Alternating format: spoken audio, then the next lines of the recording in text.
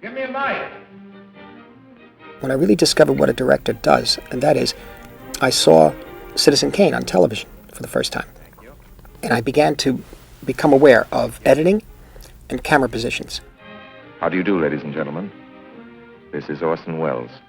So 70 years later now that these innovations have not only been understood, but they're totally absorbed by how we perceive moving image narrative and change the grammar of movies and so on. And of course, he was a wonderful magician and a great performer, great actor. None of this means anything compared to the greatness of his own movie making. Citizen Kane stands as a great enduring work of art and an overwhelmingly powerful experience physically and emotionally that gets to me every time.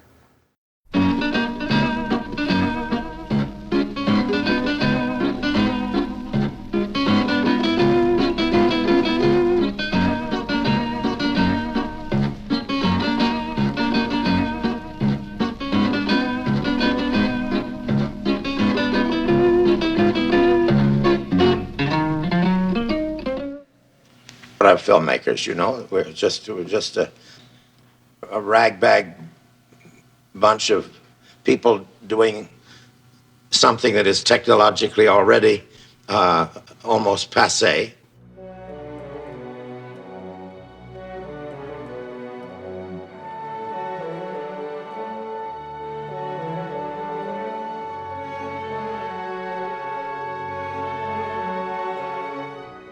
I grew up in Hollywood. Actually, I grew up on the beach of Santa Monica, which at that time was a private beach. Many people wonder why my father gave me the name of Christopher. He and my mother chose this name before I was born. But then when I turned out to be a girl instead of a boy, actually, that was even better because there were no girls named Christopher. And my father always liked to do the unusual thing. Although as a child I knew many people in the movie business, I didn't see them as big movie stars. And it was only years later when I remembered my childhood that I would say, oh my God, Elizabeth Taylor came over and made sand pies with me in the backyard. And then after my father married Rita Hayworth, I guess I was about maybe 5 years old then. And I was very fortunate because Rita took a big shine to me and she liked to have me come over every weekend and spend time with her and my father. They lived not too far from us in Santa Monica.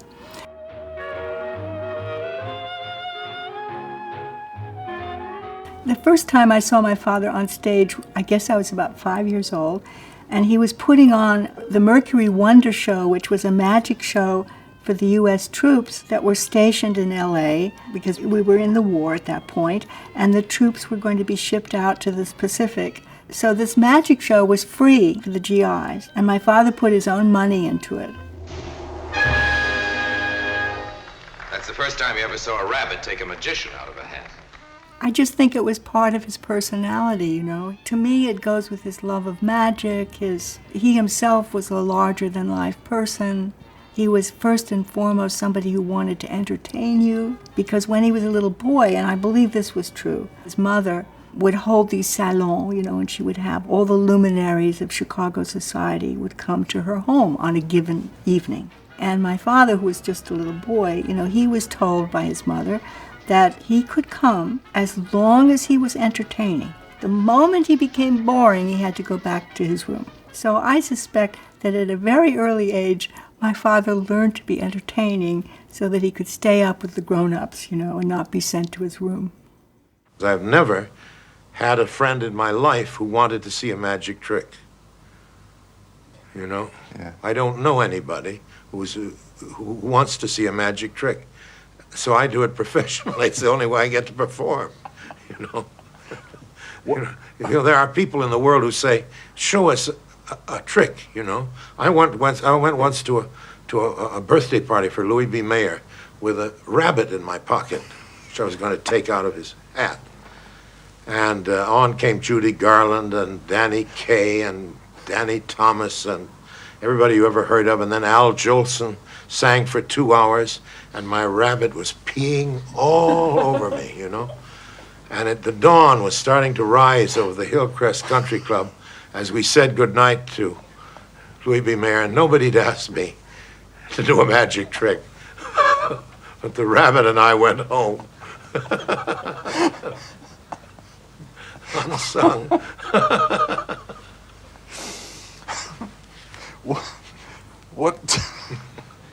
What makes a good magician? He said, seriously. Seriously, what makes a good magician? He's a man who can get that rabbit out in time.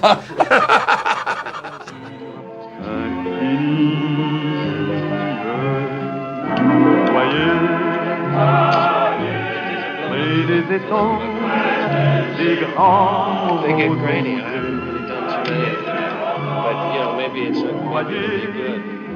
In 1970, I wanted to use Orson for my first movie, A Safe Place. I flew to New York to see him. He was in a hotel at the Plaza Hotel. Peter Bogdanovich had introduced me, so I was coming thanks to Peter. And I went up the floor to go to his room, and I rang the doorbell. He opens, and he's wearing purple silk pajamas. He's enormous, like a gigantic grape, in these big purple silk pajamas. And he says, he doesn't let me in. He just opens the door and says, "What is it?" And I said, I'm Henry Jaglom. And he said, "What is that supposed to mean to me?" And I said, "Peter arranged for us to meet." He said, "About what?" And I'm still standing at the door. And I said, "About your being in my next movie." He said, "Where's the script?" I said, "I don't have a script. Can I come in, please, before we continue?" And he said, "Okay." He said, "Look, I'll sit here, but I won't listen." And he crossed his arms, looked up toward the ceiling, and refused to listen, it seemed. And I started selling and creating a character. And I remembered, reading like everybody else about his obsession with magic. So I started telling him this was a magician, and it occurred to me while I was speaking to say that he was a magician who tried to make things disappear. He made animals in the zoo disappear, but there was one thing that he couldn't make disappear. So Orson finally got interested and looked at me and said, "What? What is that?" And I said, "If you want to know, you have to do the film. Otherwise, you don't find out." And he looked at me and he said, "Can I wear a cape?" And I knew I had him. Disappear.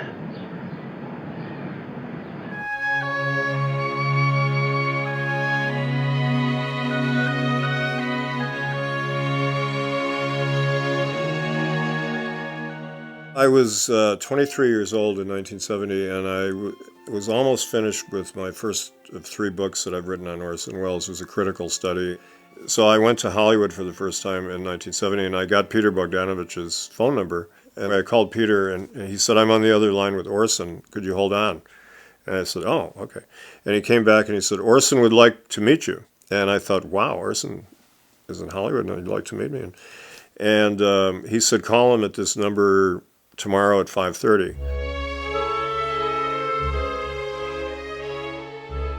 Welles asked Peter to recruit film buff types and filmmakers for this film he was going to do called The Other Side of the Wind.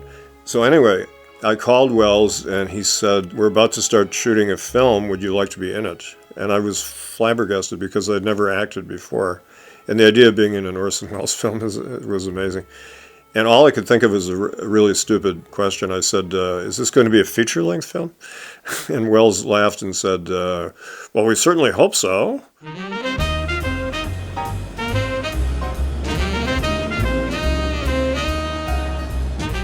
Welles went to New York in 1935, and he had the Mercury Theater with John Husband. They were involved in the Federal Theater Project, which was an attempt by the Roosevelt administration to create a national theater, which was a marvelous thing. And they did a lot of plays that were very successful on Broadway. And Welles was making great strides in the radio at the time, and they had a Mercury Theater on the Air radio series. And he was a very popular radio actor. He had a great voice, of course, and so he was doing radio all the time, making a lot of money off it, and started directing plays. In 1936, when he was 21, he directed The Black Macbeth, or The Voodoo Macbeth, for the Federal Theater's Negro Theater Project.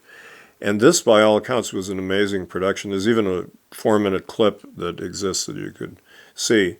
The newsreel company filmed it. The Negro Theater Unit of the Federal Theater Project produced a highly successful version of Shakespeare's immortal tragedy Macbeth, which far exceeded its scheduled run in New York and was later sent on a tour of the country.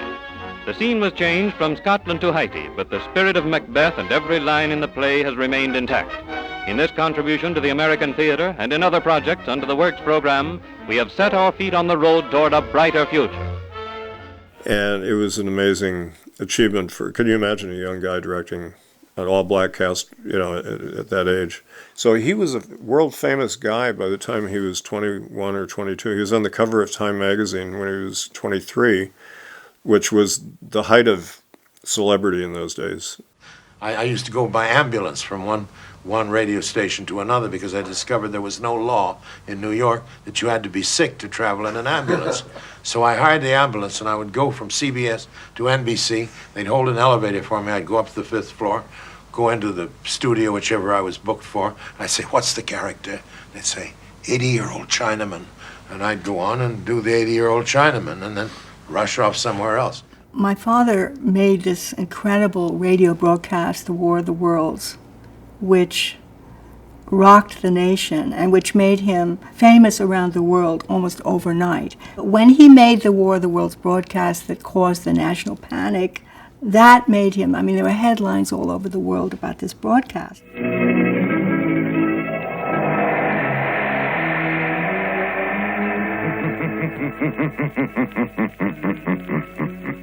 It was at the time of the Munich crisis when the whole world was on edge because they thought war could break out at any moment. They were used to radio broadcasts about, dangers of war in Europe, and so Welles did it like a radio broadcast, a news broadcast. Ladies and gentlemen, we interrupt our program of dance music to bring you a special bulletin from the Intercontinental Radio News. A bulletin is handed me. Martian cylinders are falling all over the country. The enemy is now in sight above the Palisades. Five great machines. He would have this band playing and then interrupt for announcements, and he had a newscaster who sounded like President Roosevelt, and it seemed believable in a sense, although you listen to it today, it seems fairly preposterous. I've met people who listened to it and said they believed the story the Martians were attacking. A lot of people were running out in the streets and driving up in the hills, and some woman ran into a police station in San Francisco with her clothes all ripped up and claiming the Martians had attacked her and things like that.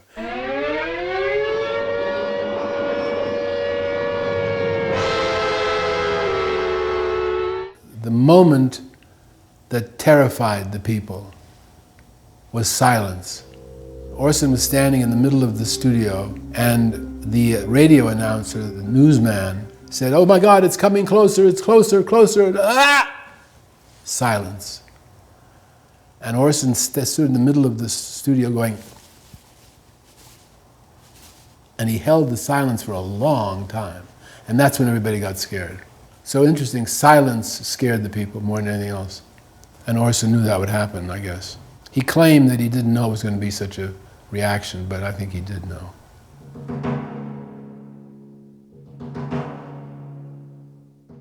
There is a funny newsreel footage taken the morning after the event where he's giving a press conference and he's expressing regret. And it's all a big act because he didn't regret anything. He was just saying that because they were worried they might get sued or even he or other people could get arrested or something. But the whole thing kind of blew over.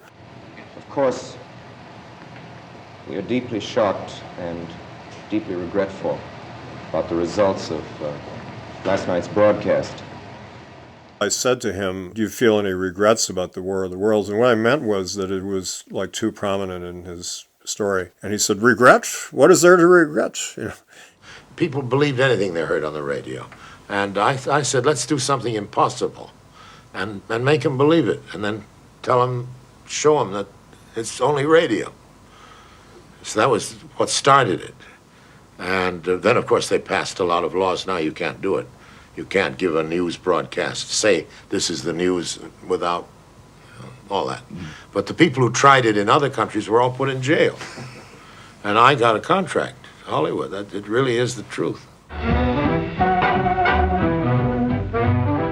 So then Hollywood became very interested in getting Orson Welles to go out to the West Coast, and they wanted him to do in a movie what he had done on the radio. So when he came to make Citizen Kane, he got this amazing contract from RKO. Welles had to get story approval and cast approval from RKO, and he had to do it within certain budgets. But he did have final cut, which was very unusual. He had been getting offers from studios. Before that, he'd even done a couple of screen tests for Warner Brothers and Selznick, but they were offering him conventional deals as an actor and all that, and he wanted really full control, which he got with Citizen Kane, pretty full control. So he was resisting Hollywood's offers, but the War of the Worlds led to RKO making him an extraordinary offer of a 3-picture deal with a lot of autonomy. And RKO was a studio that had just emerged from bankruptcy, and they were taking chances on arty filmmakers. They were letting people like John Ford and Howard Hawks and other people make pet projects. And so George Schaefer, the president, was a rather enlightened studio executive who thought it'd be good for the studio and prestigious to have Orson Welles make films. There was a tremendous resentment from, of course, because nowadays every star has directed a movie. Even the TV stars direct some of their segments. It's perfectly normal for actors to direct themselves. But nobody had done that since von Stroheim, and it was unheard of. And then that I should be the author and absolute producer. Now, of course, the producers hated me most, because if I could do all those things, then what is the need for a producer? When Welles was shooting Citizen Kane, he was naive about a couple things. One was that he thought the director did all the lighting, because in the theater, the director is very involved in the lighting. So he hired the great Greg Toland, who was the greatest cameraman who ever lived, probably. And Welles was going around lighting everything. And Toland, he said, was such a gentleman and nice fellow that he told the crew, just don't say anything about it. And they let Welles do this for a few days. And Toland would go around, touch the crew guy on the shoulder and tell him to move the lights a little bit. And then he told Welles, this is really my job. And Welles was really embarrassed. But Toland said, no, it's okay. He said he wanted to work with Welles because he had never directed a film before. Actually, he said, I thought I could learn from you because of your ignorance, I wish we could have a light. You see how that light on your booster, the color tram, makes a reflection on the light. I wish we could move it so it makes a reflection. In an interview Orson gave, he was asked who his favorite directors were, and he said, well, I'm partial to the old masters, by which I mean John Ford, and John Ford. With Ford at his best, you get a sense of what the earth is made of, even if the script is by Mother McCree. So I showed that quote to Ford. He looked at it and he said, where is Orson? I said, I think he's at the Beverly Hills Hotel. Mm-hmm. Next day I got a call from Orson. Did you show that quote of mine to Ford? I said, yeah, why? He said, I just got a telegram. Thanks for the compliment. Love, Mother McCree. Then another awful moment came when I didn't understand directions. And that was because I had learned how to make movies by running Stagecoach every night for a month. Because if you will look at Stagecoach, you will see that the Indians attack left to right, and then they attack right to left, and so on. In other words, there's no direction followed. Every rule is broken in the picture. And I sat and watched it 45 times. So, of course, when I was suddenly told in an over-shoulder shot that I had to look camera left instead of camera right, I said no, because I was standing here. That argument, So we closed the picture down. And about 2 p.m, and went back to my house. And Toland showed me how that worked. And I said, God, there's a lot of stuff here I don't know. And he said, there's nothing I can't teach you in 3 hours. I know you're tired, gentlemen, but I brought you here for a reason. I think this little pilgrimage will do us good. Chronicle's a good newspaper. The Chronicle's a good idea for a newspaper. Notice the circulation. 495,000. But, Mr. Kane, look who's working for the Chronicle. With them fellas, it's no trick to get circulation. You're right, Mr. Bernstein. You know how long it took the Chronicle to get that staff together?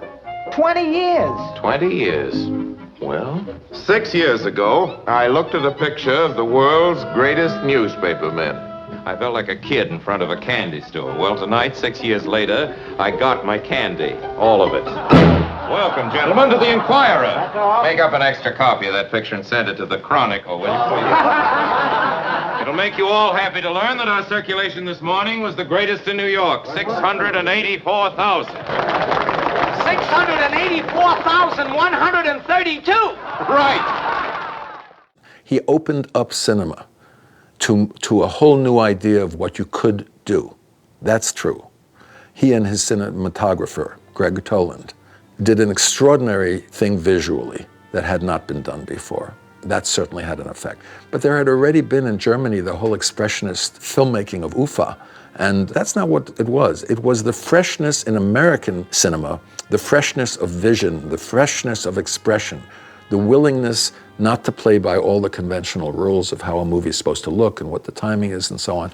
That gave everybody who wanted to be a filmmaker the freedom they thought they wanted to make films their own way. I mean, first there was the official recognition of, new ways of telling story, innovations in storytelling and cinematography. The fact that Welles was 25 years old and came out of theater, of course, and radio, and changed the grammar of movies and so on. But then later in the 50s, you really saw the effect the picture had on other movies. Not so much, they talk about seeing ceilings for the first time. That wasn't that unusual, but it was the extremely low angles, for example. And that's what really drew the attention to the ceilings. Texture of the images. But overall, the story, the feeling of loss, a hero who is really defined by, surprisingly, what he doesn't have. Cut! This is great! Cut! Cut! What's he still running? Cut! Well, why are you still holding it? You must get tired. It keeps on. Ready? Yes, ready. Camera. Scene 6, take 2. Action. Literally, he was not afraid of being self-conscious with the camera and making self-referential remarks with the camera and literally letting the audience understand, yes, the camera is looking through the floor up into the ceiling. And I began noticing camera movement because he used that wide-angle lens a great deal. And if you use a wider-angle lens and you move quick enough, you see the walls speeding past you. And this is what I think Welles brought to cinema, to American cinema particularly, because up to that time, it was the seamless film, in a way. The hidden camera, the camera that you couldn't tell was there. So Welles was the one to really open up the Pandora's box of cameras flying up. And the odd thing about the picture, and I've seen it countless times, the enigma of it is Kane himself. You don't know him. You can't get to know him. I can't really feel for him as much as I did in the beginning. But in the beginning, when I first saw the film many times, I was feeling more for Orson Welles himself, acting in the film. I liked him personally. Citizen Kane was the picture where everything was in balance and, where he worked in harmony with that system, where he had everything he needed.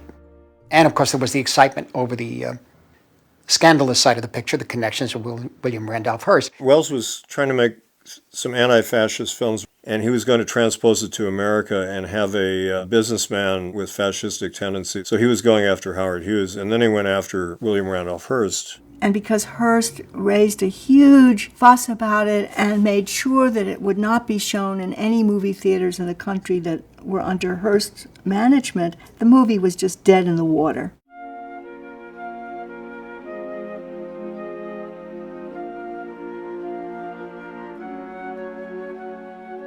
And the next venture, which was Magnificent Ambersons, again, that film just didn't do well with the public. And so the studio actually took it out of my father's hands and reshot the ending and made all kinds of changes, which from my father's point of view just ruined the movie. I mean, as far as he was concerned, it wasn't his film anymore. It was thought by everybody in Hollywood while I was in South America that it was too downbeat, famous Hollywood word at the time, downbeat. So it was all taken out, but it was the purpose of the movie. They had 2 bad previews of Ambersons, terrible previews. And the studio panicked and just cut it to shreds. And Orson was way down in Rio and couldn't come to the rescue. But with a budget of $1 million, I was sent to Rio to make up a movie about the carnival. Now, I don't like things like carnivals and Mardi Gras and all that, but I was told that it was my patriotic duty.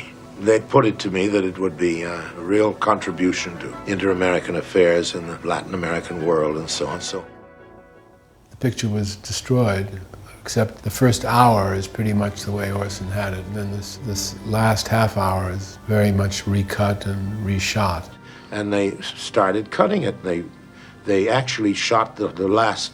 There are 3 scenes at the end I didn't even write or shoot. The fact that the first hour is so good that the movie is still a masterpiece in some ways is amazing.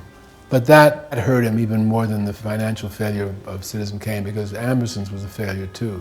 Even though it got an Academy Award nomination, it didn't do well. Those 2 things were pretty much the kiss of death. You're not wanted in this house, Mr. Morgan. Afraid I don't understand. You'll understand this. The Magnificent Ambersons brings you many of the Mercury players you first saw in Citizen Kane. It brings you Orson Welles as commentator, director, and producer of a truly distinguished and exciting motion picture. And they butchered the end of the film. From then on, he couldn't get, he never got complete control. He never had the final cut again, and none of his films made money. None of them. I never recovered from that attack. So the fact that they had promised me when I went to South America that they would send a moviola and cutters to me, and that I would finish the cutting of Ambersons there. They never did. They cut it themselves. So they destroyed Ambersons, and the picture itself destroyed me. I didn't get a job as a director for years afterwards.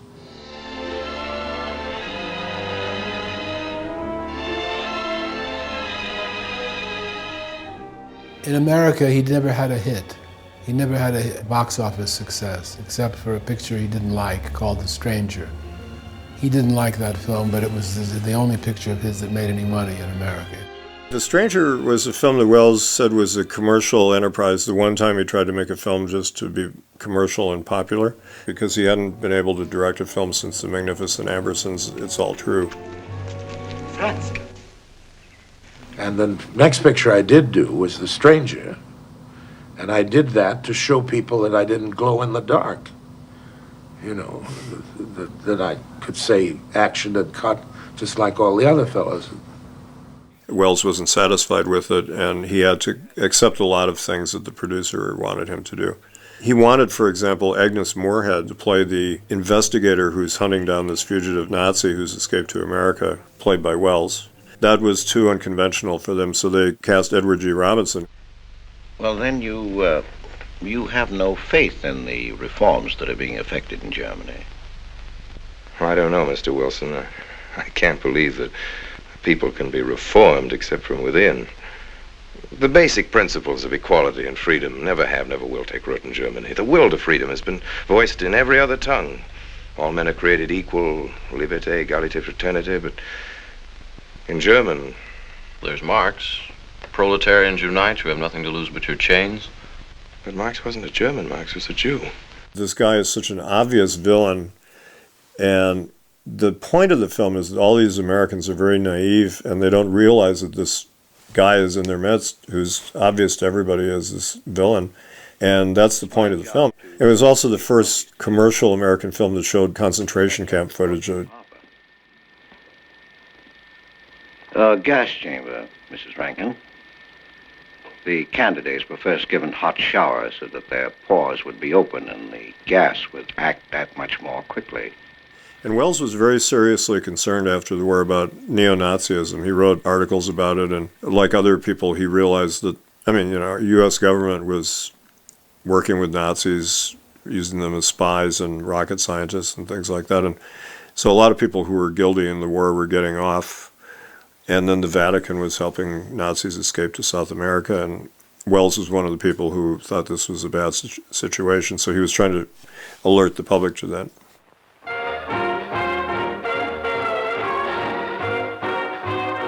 He was married 3 times, but he did talk about Rita Hayworth a lot. He loved Rita Hayworth, his second wife, who was the big sex symbol of the times, and he saw her on a magazine cover and said, "I'm going to marry that woman." And we had wonderful, wonderful times together. She was a perfect stepmother because she was almost like a child herself. I don't think she really liked being a movie star. And of course, as many movie stars discovered, people fell in love with who they were on the screen. And then when they met them in real life, they were often disappointed because it wasn't the glamorous person. And And Rita was famous for saying, men went to bed with Gilda, but then they woke up with me. When I was a little girl growing up in Hollywood, and all the people I knew were in the movies, and I thought that's what I should do. I should also be in the movies. I just assumed that was my future. So I was constantly pestering my father to put me in one of his movies, and he was basically ignore it. He did not want me to become an actress, and I am now very grateful for that, but at the time I really thought that's what I should do, so I didn't give him any peace at all.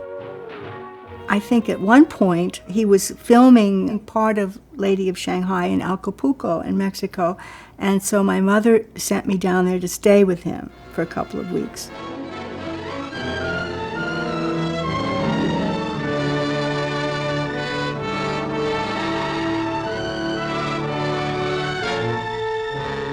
And so I was there. They were mostly doing the scenes on the yacht. Errol Flynn had loaned my father his yacht, and most of the shooting was taking place in Acapulco Bay. And then at one point, they finally moved their location from the yacht to this dusty road somewhere in the town. And I saw that as my opportunity to get into the movie. So I ran up to my father and I said, "Oh, please, please let me be in the movie." And so he looked down at me in total exasperation and he said, "All right, you can be a brat eating an ice cream cone." Well, you know, that really wasn't the role I had in mind, but I was ready to do anything. So I said, "Okay." And that satisfied me for a while. I thought, okay, great. I got in the movie. Well, of course, I wasn't in the movie at all because either there was no film in the camera, which is probably what happened, or if they did film it, they just cut it out in the editing room. But at least for the moment, I was convinced that I was also in the movie with Daddy and Rita. Mrs. Bannister, can you think of any reason why your husband would want to hire a divorce detective other than to watch you? I object! As a matter of fact, you and Michael O'Hara have kissed each other, haven't you? To name one occasion, you were seen in the aquarium of this city kissing each other. Do you deny that? It stars his ex-wife Rita Hayworth, who he had already separated from, and they were still friends. And it was only because she was a big star at Columbia that he got to make this film. She was being supportive of him. But she had this beautiful set of red hair that was her trademark, and Welles made a point of cutting her hair short and dyeing it blonde. And he said he did it just to be, you know, make her different for the film, not her usual thing. But it was seen as an attack on Columbia and Harry Cohn and Rita Hayworth. And there are people who claim that the film is a misogynistic attack on his ex-wife and everything because she plays a villainous. She came to me and said, "I want to make your picture. I want you to come back with me." So the theory, which has been printed 1,000 times, that this was an act of vengeance against Rita, that it was a great device which I was going to degrade her and so on, is nonsense because all that's in the book. She'd read the book and wanted to play this character, show she was an actress.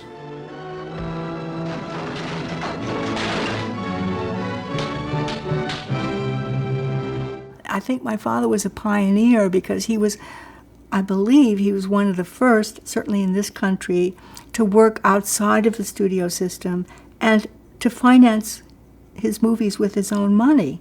You know, he would work as an actor to earn money, which he would then put back into his film. One of the films that Welles is most associated with is The Third Man, which he didn't direct. Some people look at it and they think, well, he must have directed parts of it because it looks like a Welles film, but really it was directed by Carol Reed. He did a lot of Wellesian angles and shadows and things, but that was his style, and Welles never claimed that he directed any of it, and he made it very clear he did not. And it's a very Wellesian story because it's about one friend betraying the other for legitimate reason, but it's a bitter story. And Welles said that in Europe, every time he walked into a nightclub or a restaurant, the orchestra or the piano player would start playing the Third Man theme. And it began to bother him and drive him crazy because, I mean, he didn't direct the film. And so he was known best for a film he didn't do. I never argue about the direction, but I usually come up with a rewritten scene. That's the headache they have to put up with. And then if they don't like it, I'll go back to the other. But I go back home at night and write next day's scene and hope they'll take it instead of what it is.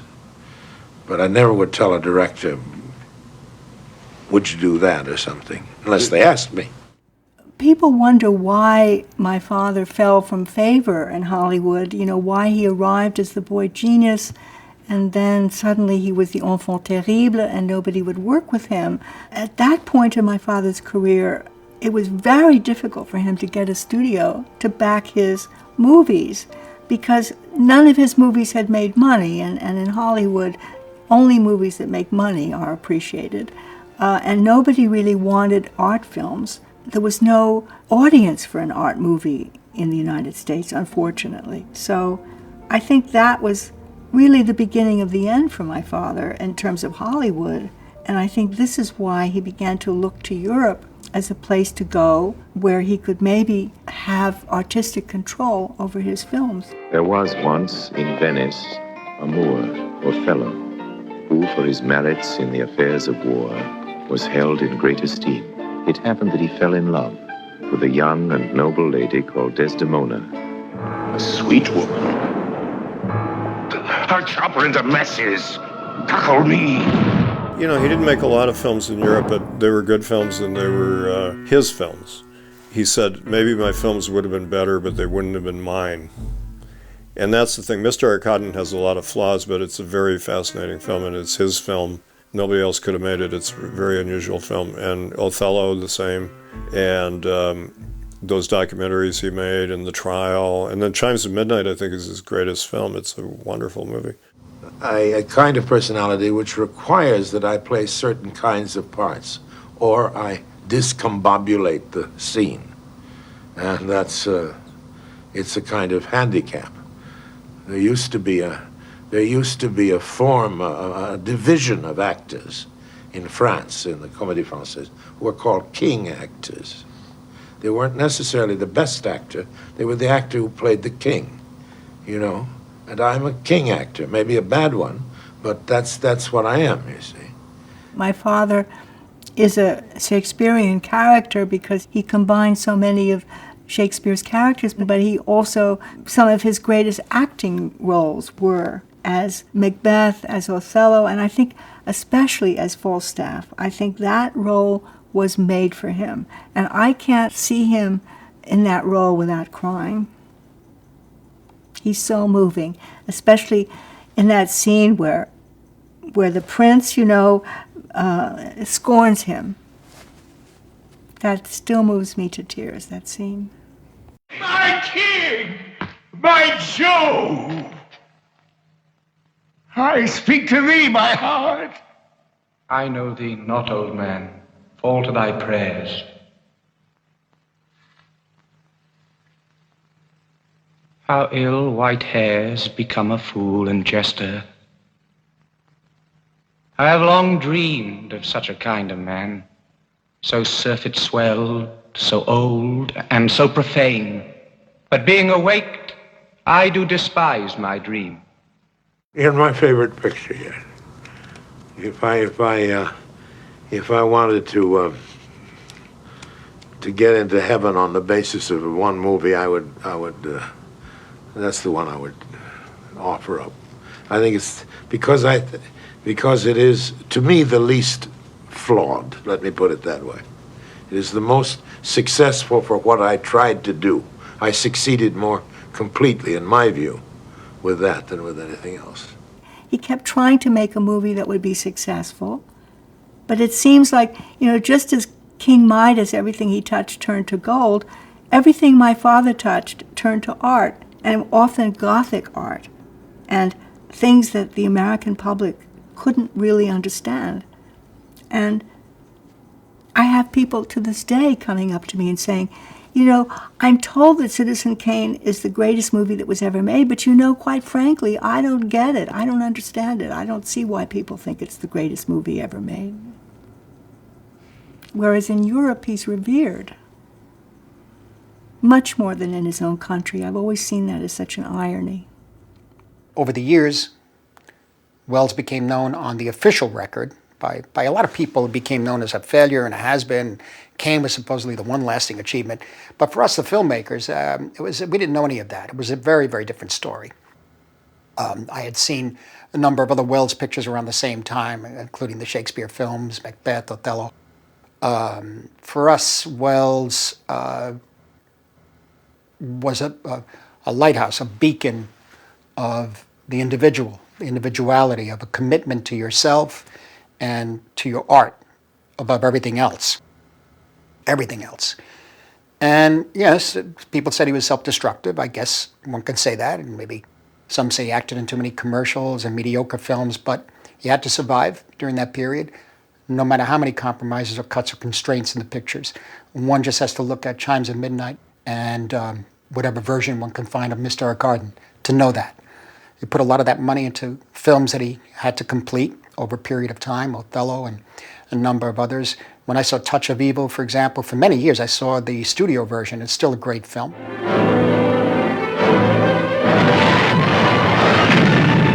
Starring this outstanding cast: Charlton Heston, Janet Leigh, Orson Welles. I talked to Charlton Heston about Touch of Evil, and he was the guy who deserves a lot of credit from all of us who love Welles, because that Welles would not have gotten to direct Touch of Evil without Heston. It was based on a novel called Badge of Evil, which is a pretty good novel, actually, and they were going to just have some studio director do it, and they wanted Welles to play the bad guy, Hank Quinlan, the corrupt police captain, and they offered it to Charlton Heston, and they mentioned something about Welles hopefully playing the other part, and Heston said, well, who's going to direct it? And they said, well, we don't know yet, and Heston said, well, what about Orson Welles? He's a pretty good director, you know. And Heston said it was as if I had mentioned maybe my mother should direct the film. You know, they were horrified. But they said, we'll get back to you, because he was a big star. And then they said, okay, you know. And so Welles was allowed to direct this film. What are you trying to do? We're trying to strap you in the electric chair, Boyd. You framed that boy. Framed him! A cop now. I'm a husband. What did you do with her? So that was his return to Hollywood after 11 years. And he said when they saw the final version, up to that point they had been very supportive, but they were horrified at the film because it's a very dark, nightmarish, scary film. Hold her legs. And then everything changed, and they barred him from the cutting room, and they brought in another cutter to start messing around with the film, and another director came in and shot 15 minutes of footage. And so once again, a Welles film was not released in the form he wanted it to. Because they loved the rushes. Every day, the head of the studio came to me and wanted me to come to the office and sign a deal for several pictures, and it's great stuff. Then they saw a rough cut of it, and they were so horrified that they wouldn't let me in the studio. And nobody's ever explained what horrified them. The last thing they wanted was a success, and nobody has ever explained it to me. Chuck Heston doesn't know. They never told him. They certainly never told me. We don't know what it is. It was too dark for them, too strange, I think. I don't think we would have had that reaction now. They're a little too tough, a little too black. But that's a guess. I just don't know. The truth is he made 8 or 9 or 10, I don't know, magnificent movies, some of them. Falstaff, it's, I think, the greatest film of anything to do with Shakespeare ever made. It's a masterpiece. Nobody talks about it. In America, absolutely nobody mentions it ever. And I love F for Fake. He recreates film in a new way. So he didn't get the support, the acclaim that he had gotten so spoiled with at 24 years or 25 years of age. And that's why he would say something like the rest of his life he should have done something else. I made essentially a mistake in staying in movies, it's the mistake I can't regret, because it's like saying I shouldn't have stayed married to that woman, but I did because I love her. I would have been more successful if I hadn't been married to her, I would have been more successful if I'd left movies immediately. Stayed in the theater, gone into politics, written anything. I've wasted the greater part of my life looking for money and trying to get along, trying to make my work from this terribly expensive paint box, which is a movie. Yeah. And I've spent too much energy on things that have nothing to do with making a movie.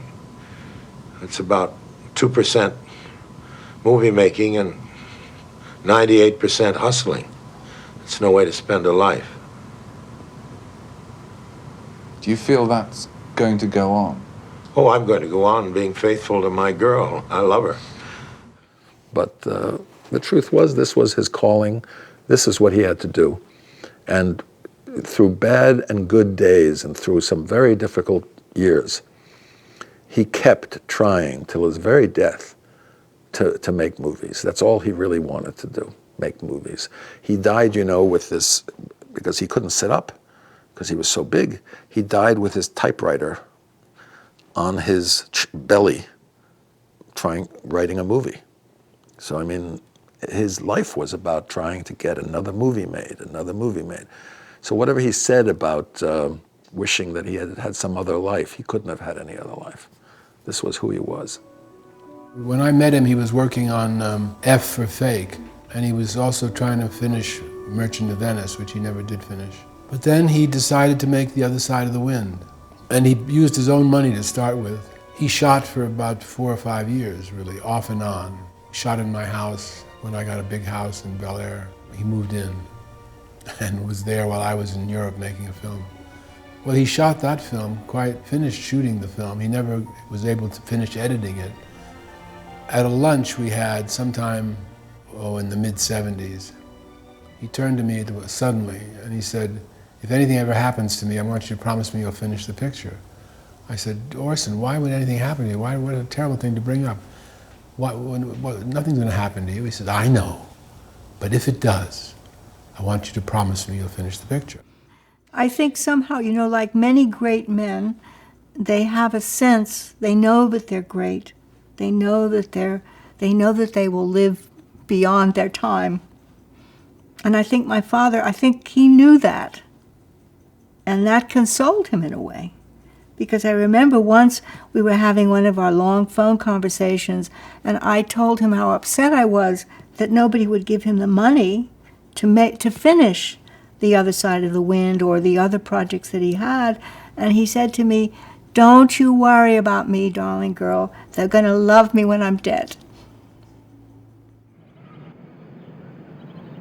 Remember. Make a wish, maybe. Remember. Now, open your eyes and open your hands. I made 3 films. One I acted in, The Other Side of the Wind. One he acted in my first movie, A Safe Place. And he acted in his last movie, Someone to Love. I said to him one day, "Orson, I want you to look in the camera and say, 'Remember.'" And Orson said to me, "An actor never looks into the camera." And then he started making a bargain with me. He said, "Well, you keep saying that's okay after I do 1 or 2 takes. I never feel you're going to pick the right take anyway, because you're not me. And I want to be able to go 20 takes, 30 takes if necessary." I said, "Okay, I'll make a deal with you. You can do as many as you want," I said to him, "and you tell me which are the best 2. And I'll make a note, these are Orson's favorite ones." He said, they'll let you do that? You can do that?" I said, "Yes." He said, "What do you want in return?" I said, "I want you to do what I ask, like look in the camera when you say you do. I want you not to tell the other actors what to do," because he started telling them. I said, "I want you not to direct." He started telling, "That's the wrong place for the camera, and put the lights over here." I said, "Orson, none of that. In return, all the takes you want." And he said, "It's a deal." You know, and he was so cooperative, and he never needed more than 2 or 3 takes. But he felt insecure, and he starts with "Remember." In my I'm sorry. You blew me. He broke up and broke me up. Headstick sound 296. That clever idea of doing many of them went to hell. Headstick sound 293. I was only good for 1. It was 1 shot. His last acting performance was in my movie Someone to Love. I said, "I need you to sit in the back of the theater and talk and answer questions from me, the young director, to you, the older director." He said, "Okay." I said, "But I need you to do what you just said, Orson, to be who you are, as yourself. No makeup, no accents, no noses, the real you." He said, "Oh, great, that's just once in my life." And then he showed up, and I said, "Orson, is that you?" Because he had this makeup, he said, "I'm Greek. I'm a Greek. Do you like that?" I said, "What are you talking about, Greek? We had this whole discussion about the reason you want to be in the movie, to show who you are. Oh, you don't like this? He said, come back in an hour. I came back in an hour. He did a different makeup, Egyptian, with an accent and another nose. I said, no. I said, Orson.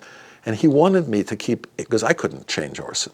He needed to play this game till I finally said, Orson, I'm not doing this unless you, no noses, no voices, you on screen, for the first time completely as who you are. He said, with this little nose? I said, yes, with that little nose. I have a terrible feeling that because I'm speaking to you from the back of the theater, and because I have a white beard, you may expect me to give you the truth about something. I'm speaking from the cheap seats, not from Mount Sinai. On Someone to Love, at the end of the film, he turned to the cameraman and he said, cut. And the cameraman cuts. And I ran over, I said, what are you doing? And he said, Orson Welles told me to cut. What am I supposed to do? So I said, oh, okay. And I flicked the camera back on. Orson didn't know it was back on. And Orson started to laugh and started to laugh and laughed bigger and bigger. And as he was doing it, I was thinking, I've got it. I don't know what I'm going to do because he's not going to let me put this in the picture. But this would be the perfect ending because he's laughing like at 50 years of all the problems. It's giving him what we call the last laugh. Don't I need a finish? No. Could I kill everyone else? By this time, the credits are rolling down, and the audience, such as it may be, is on its way up the aisles. As far as this movie is concerned, it seems to me you've got your ending. Why? Because we have come to the end.